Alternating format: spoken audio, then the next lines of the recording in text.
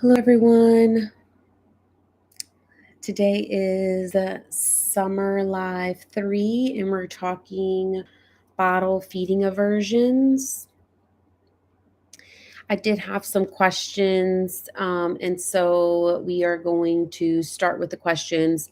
If you have questions as we're talking, you can ask them on the live feed. Okay, so first question was took the bottle from 2 weeks to 2 months old and there was no issue, and now there's refusal. Have tried everything and you return to work in 2 weeks. And so I guess my immediate question is, are they also breastfeeding? So the biggest thing to determine is whether it's a refusal. A refusal is typically described as um, a baby refusing the bottle because they prefer the breast. Whereas an aversion is they were taking the bottle and then they had this um, bad or not so good association of something that kept happening while on the bottle, and they developed an aversion to it. Babies who are chronically frustrated at the bottle will start to hate it, right? And then typically they will start to nurse only when they're about to go to sleep or only when they're dream feeding. That was me. Yes, he's still nursing. So, I would say that because he's still nursing, I would say we're more on a refusal versus an aversion. Um, and so he prefers the breast. Um, Sometimes you return to work in 2 weeks. Sometimes if you um, establish a routine that really, really helps babies separate when they're going to get breast and when they're going to get the bottle. And so, if you know that they can physically drink from the bottle, once they go to their caretaker or a daycare, wherever they're going, when you go to work, that routine will become more established and they will flow into it. I'm not saying there aren't going to be hard days, because in the beginning, it may be really hard on baby. Um, but because we know that it's not an aversion to the bottle, it's just a preference to the breast, establishing the routine is good.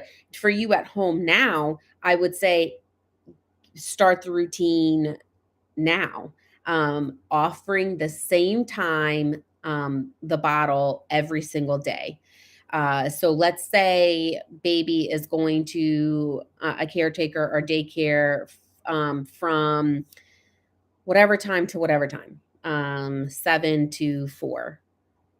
Um, Start offering the bottle at those times that he would be getting them at daycare. Sometimes that helps establish that routine and take away the preference. The other side of that is because you are there and they know that you have a boob. um, I want you to separate when you offer. So sometimes parents will offer the bottle and it's awful, and then they just offer the breast.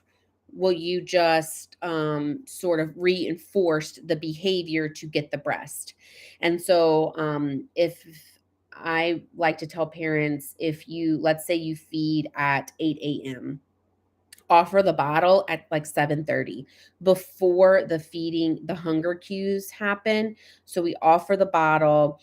We're not overly hungry, we're not frustrated, we're not mad.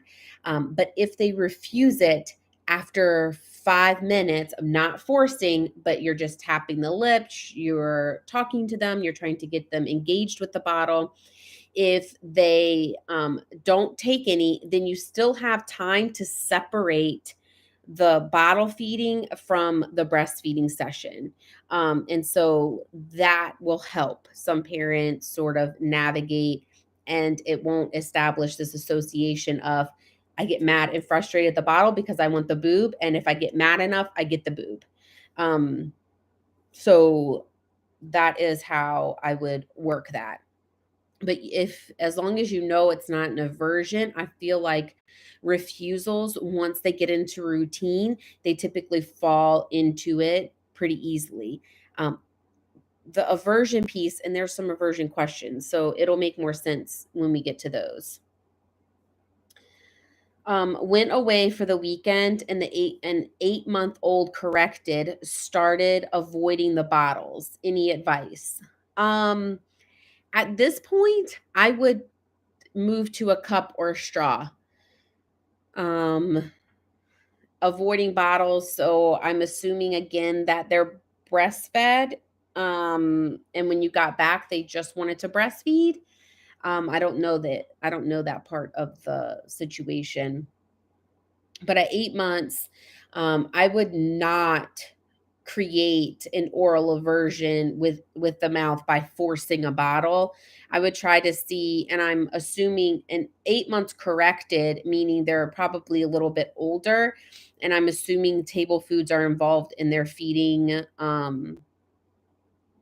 routine. And so I would try cup and straw at this point. 8 months is hard for me to suggest pushing through a refusal or aversion. And it really does depend on whether you're breastfeeding or not, too. Because if you're breastfeeding and you want to continue breastfeeding, then I would definitely just nurse on demand. At this point, at this age, I would nurse on demand and then just offer food and milk in a cup or straw. My 8 week old won't latch on the bottle and you need to return to work. So I'm assuming that they've been breastfeeding this whole time. And 8 weeks is on the older age of when I would tell a mom who knows that they're going to need a bottle at some point to introduce it because the preference is there. Um, if you need to return to work, I'm going to say what I said earlier, which is establish the routine. Offer the bottle outside of being hungry and frustrated because they absolutely will not latch to a bottle if they are expecting. Sorry, something just dripped on me. That was really weird. That was like the oddest thing I've ever felt. Okay. Um, so sorry. Now I'm like looking to see if there's a hole up there and it's not raining outside. Okay. So if a baby is frustrated or angry, they will not take a bottle if that is not what they're expecting. So a baby, when they're initiating hunger cues, they're going to need the association of what will satisfy them.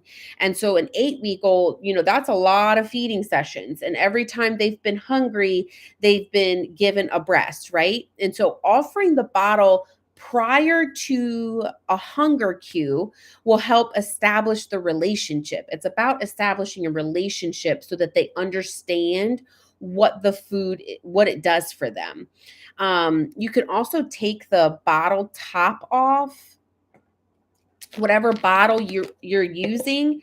Take this off and offer this as like something to play with throughout the day for them to get used to this. This does not feel like a boob. And so when you're putting this in the mouth, they're like, what the heck am I supposed to do with this? Right. And so getting them used to the texture of it, the feel of it, once it's attached to this and they know and are familiar with it, then they start sucking at it, then they feel full from it. Now we have an established relationship. So if baby is already in a hunger state, I don't recommend giving the bottle if they've not accepted it because then you're creating the aversion to it, right? Now they're hungry, they're given this object that they don't want anything to do with, and now every time they see that, they're going to then get upset. So create the relationship first. I want a positive relationship with the bottle before we're introducing it for satiation. My baby isn't it says gussying. Gusssying, maybe guzzling over the bottle anymore, but he will lose suction on the bottle. Why? Tension. If he wasn't doing it before, it could be new tension in the mouth. Um, and I think we talked a lot about tension last week. If you want to go in that live and listen. Um, so if he was doing fine with it before and now he's losing suction, then I would say get in the mouth and relieve some tension. Start some guppy, get under the tongue. It could have been a growth spurt or anything like that. Okay.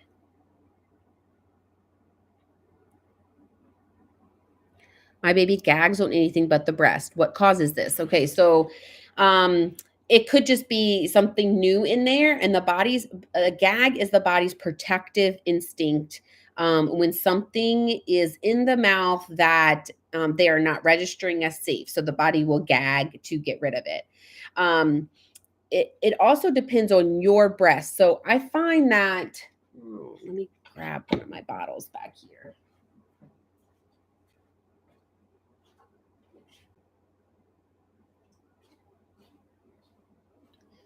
Okay. So if you have if they naturally have a shallow latch and they breastfeed fine for you, when you put something like this in their mouth or something like this, you see how long the nipple is? So they can't be here and have a suck. They have to go all the way down here to have a good suck. They have to go all the way here to have a good suck, okay? So you see how long that is. Sometimes like and not to say that they can't. They just have to get used to it. Their body has to say, "Oh, you're safe." Because you see tiny babies latching onto bottles like this, right? Um but that's why they're gagging on it. Whereas if you use something like even flow balance, this is an even flow balance bottle, you see how short this nipple is, and they can latch here, they can latch here, they can latch here, right? And so this is what another reason why this bottle is so good, because of the gliding slope, the way it slopes, it allows for all baby mouths to be able to latch better. And so your babies, and then they gag. So then they gag. I'm guessing you're saying on anything. So like toys and stuff, they'll gag on. And so maybe they're having some tension in the back of the mouth. So I would get under the tongue, do some oral play, because tightness in the back of the tongue is pulling the tongue down. And so when it's touched, it pulls it forward, right? That tension creates that gag. And so tension, too much tension, and then stimulation of the tongue to move forward can initiate a gag too. So it could be, if you're talking about the bottle, it could be that the nipple, they need to get used to the nipple and how to latch to it, because it's different than the breast. The breast doesn't have, this long of a nipple before they need to latch onto it, right? And so it could be that. And then if it's because of teeth, like the teething toys, the sticks that they're putting in their mouth, it could be tension initiating that gag. But also gagging is okay. They need to experience it to learn what's safe and what's not safe. If it's extreme gagging and they're avoiding things because it's causing an oral aversion, that's when I think it's more related to tension and frustration because of what they're feeling. But if it's a typical gag, they will gag, you keep exposure of it, and the brain starts to say, oh, that I remember that texture, I remember that taste, and it's safe. And the gag should decrease with exposure. So gagging is inherently a good thing and is okay. And it teaches baby what's safe and what's not safe. But gagging to like vomiting and gagging to where they avoid, that's when we want to look a little deeper. I don't think my baby can suck on anything but the breast since birth, gags and won't suck on finger, bottle, or pacifier. And so this, was that the same person? Yeah. Okay. So um so then I would say maybe we're looking at, because I went on the finger, so it won't even suck on your finger. So then I would say, let's look at tension in the mouth. I would say, let's do that, because a finger and pacifier, a bottle is different. Even pacifiers are long nipple based, right? But your finger, I do want you to try. I don't know how old your baby is, but I want you to try and just put your finger. Let me grab my mouth. Right on, oops, I'm sorry, right on where the teeth, like the teeth are going to come in, right on the edge of that. I want you to just, I don't want you to push your finger in. I just want you to set your finger there. You can sort of rock back and forth. Don't slide your finger back because that will initiate a gag. So just sit right there, right past where the teeth will come in. You can rock back and forth in that space, but stimulating that space should get the tongue to come up and latch. And so I want you to try that, because pacifier and bottle, they may just not be used to the texture of it in their gagging. It may be too long for them to latch to because of tension. But your finger, if you keep it forward, I want to know what baby does with that.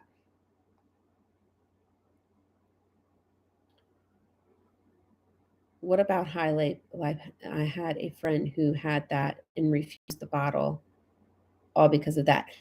So yeah, I'm pretty sure lactation consultants will tell you to um, check for that.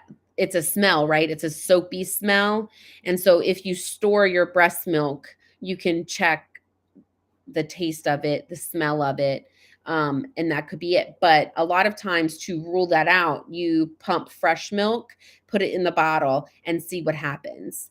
And so most breastfeeding moms, when they get to the point of like a bottle refusal aversion situation, they have tried like all the things.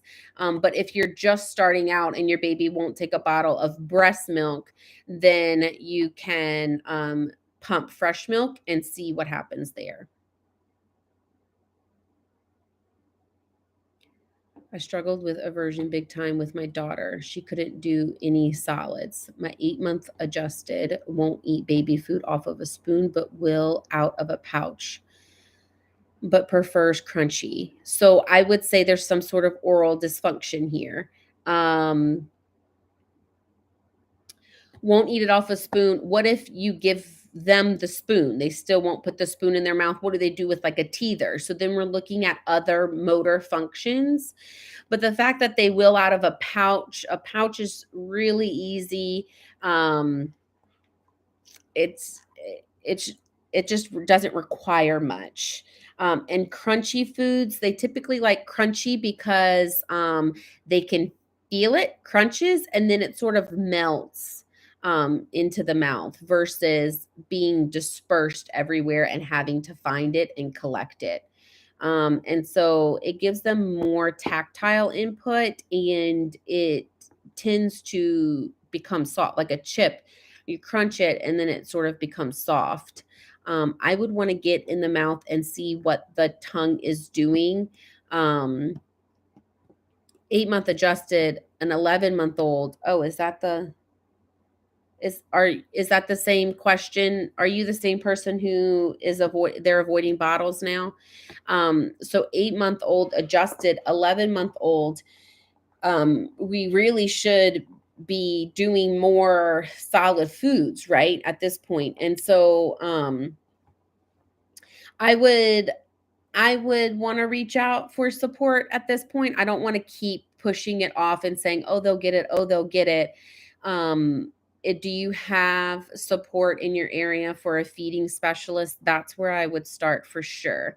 Um, and will they take, like, they won't take it from you on a spoon, but will they grab the spoon and and eat it? I'm guessing not. And I'm guessing they probably don't like teethers and things like that either.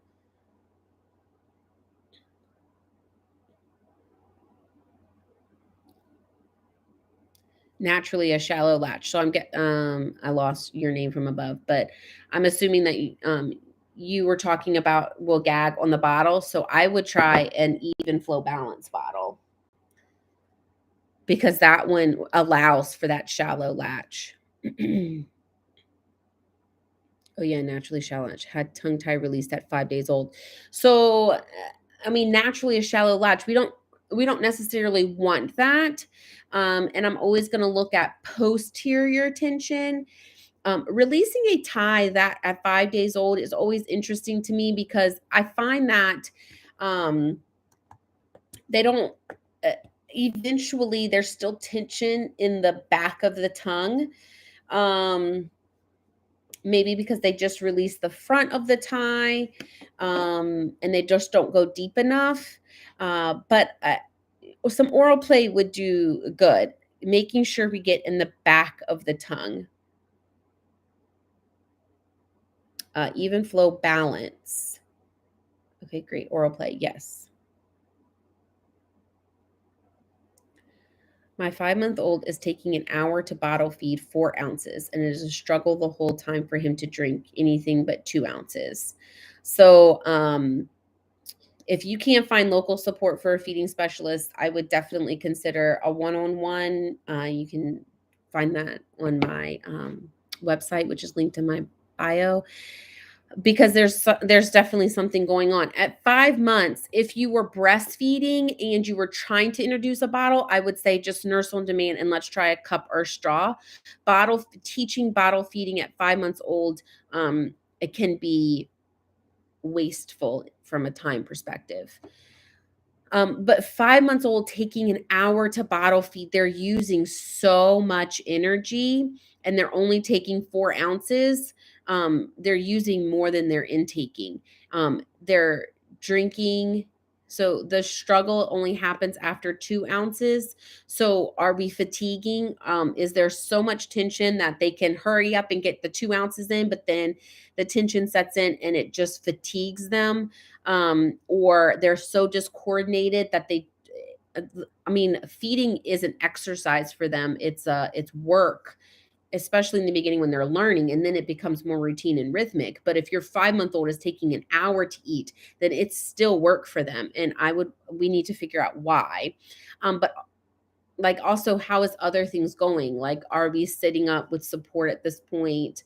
Are they bringing things to their mouth? Do they like the stick chewy tubes? Like, will they put this in their mouth and chew? Like, there's so many other things that can be looked at and worked on, um, so that we can get that better. At 5 months old, we want that, in the 15-minute mark, no more than 20 minutes. My 3-month-old breastfed baby refuses to take a bottle. So, um, that would be a bottle refusal, not an aversion, right? Because they prefer the breast.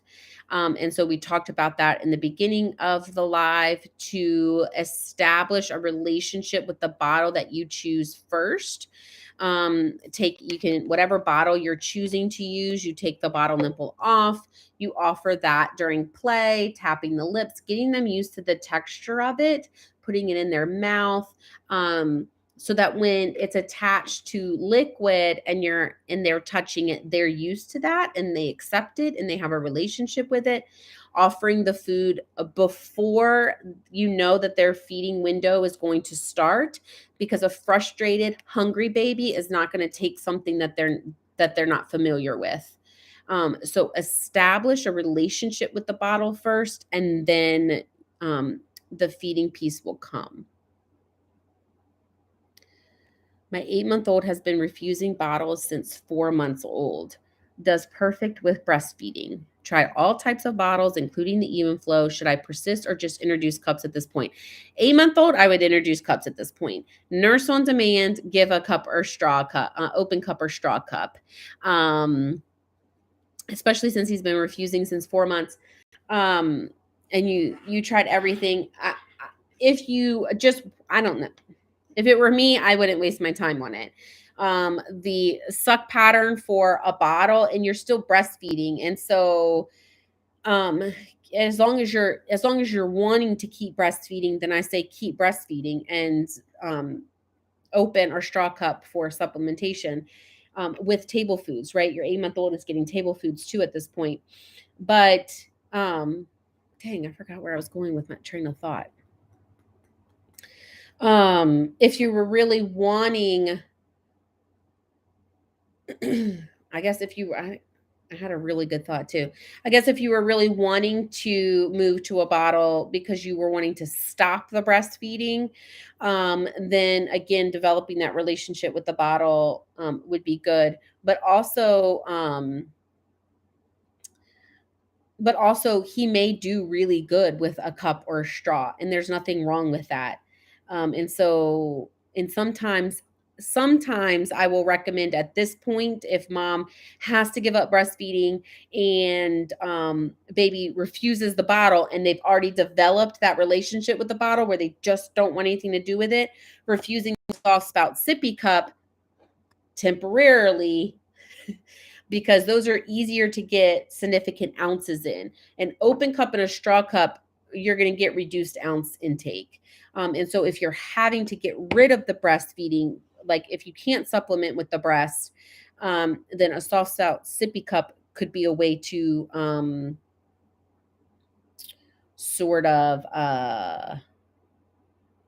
transition into like at 12 months, you could just get rid of the soft spout sippy and then just like you would a bottle, essentially.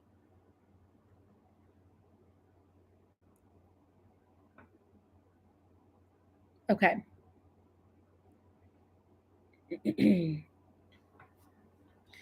So this is talk is about bottle and feeding aversions. And that was all the questions. So if you guys don't have any more questions, then that's it for this live. I do want to, oh, my 2-month old occasionally will quietly and calmly nurse, mainly at night. But during the day, she's so fidgety and stretching and constantly latching and unlatching. That is a hallmark sign of oral dysfunction. Um, when they're when their body is relaxed and their brain is turned off, they can go into a rhythm. When their body is awake and their brain is turned on and telling the muscles what to do, then and the muscles are not responding, they're coming on and off, and they're getting frustrated, then I would want to get in her mouth. If you're wanting to do things at home, I would definitely start with oral play. It could just be tension. And it sounds so easy, but sometimes just sleeping wrong, and I want you to, we talked a lot about this last week, but just sleeping wrong for us, like when we wake up and our shoulders just tight, but you just stretch, right? And then you can get more movement out of it. Sometimes just offering some tension relief and movement in the mouth and in the neck, a guppy under the tongue, maybe a stretch to the side can really improve the motor function. Um, but good feeding at night and disorganized feeding during the day, there's something going on with the motor plan. Um, if there's no other questions, I do want to say for feeding aversions, because I'm going to say this, for feeding aversions for older kids, um, I really like. There was a question above for a 8-month old who only prefers the pouches and likes crunchy food. So there's a period of time where pickiness can be considered normal. Around 18 months, 2 years old, they go through that typical toddler pickiness. Um, where it's really important for you to keep offering the same foods, because if you go down the rabbit hole of only offering what they prefer, then that pickiness can become established. But that's outside of what this talk is. But I want to say that when you're starting out younger and they have those strong preferences and they're not trying things and they're not exploring, um, aversions can happen because of a motor deficit. And a lot of times, kids will have this motor deficit and just push through bottle or breastfeeding and then start solids. And have these preferences, and these preferences get acknowledged, and we as parents want them to eat, so we keep serving them these preferences. And then when they're a little bit older, they get pushed as, oh well, they're just picky. And then they get a little older, and then they're refusing these foods, and you as a parent is getting more and more frustrated because now you have a 4 5 6 year old who's still only eating potato chips and veggie straws, like your white food groups, right? But and then they get into therapy. But what we missed was like all the way back in the beginning when they were showing us the sign of dysfunction from the get-go, right? And so if you are starting solids, gagging, remember, is normal and typical, and we want to keep offering those foods for them to become for their brain to start telling them that those foods are safe and the texture is okay. But if you are seeing strong preferences, I really want you to try to look at what the motor function is doing. Is their tongue moving side to side in the mouth? Do you see the food moving, or is the food placed in one spot and then swallowed? Okay. While that tongue thrust is typical too in the beginning, right?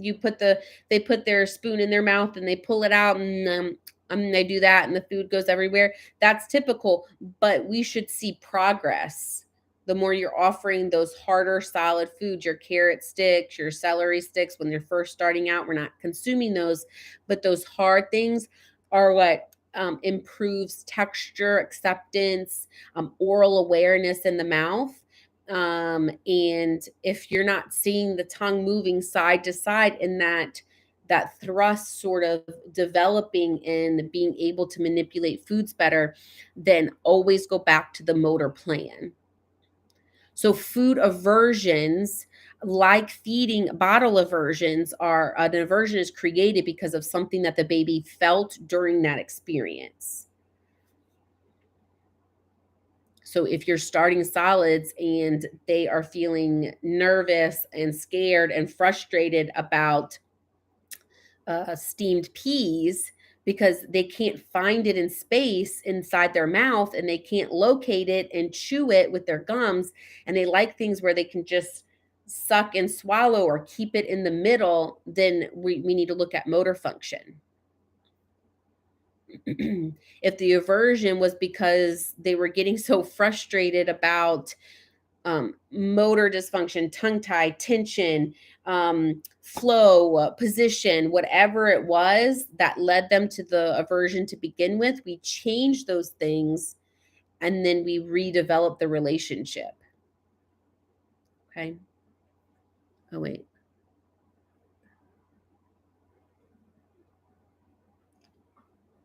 Okay. I answered those questions. Oh, wait. Look, the questions popped up on the thing. Okay. I think that's it. If anyone has any questions, hurry and type it below. If not,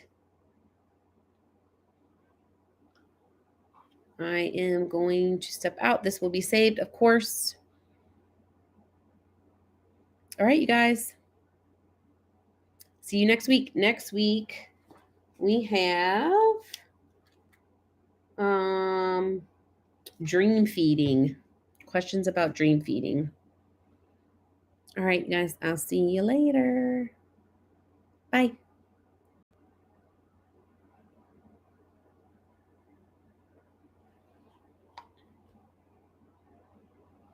Bye.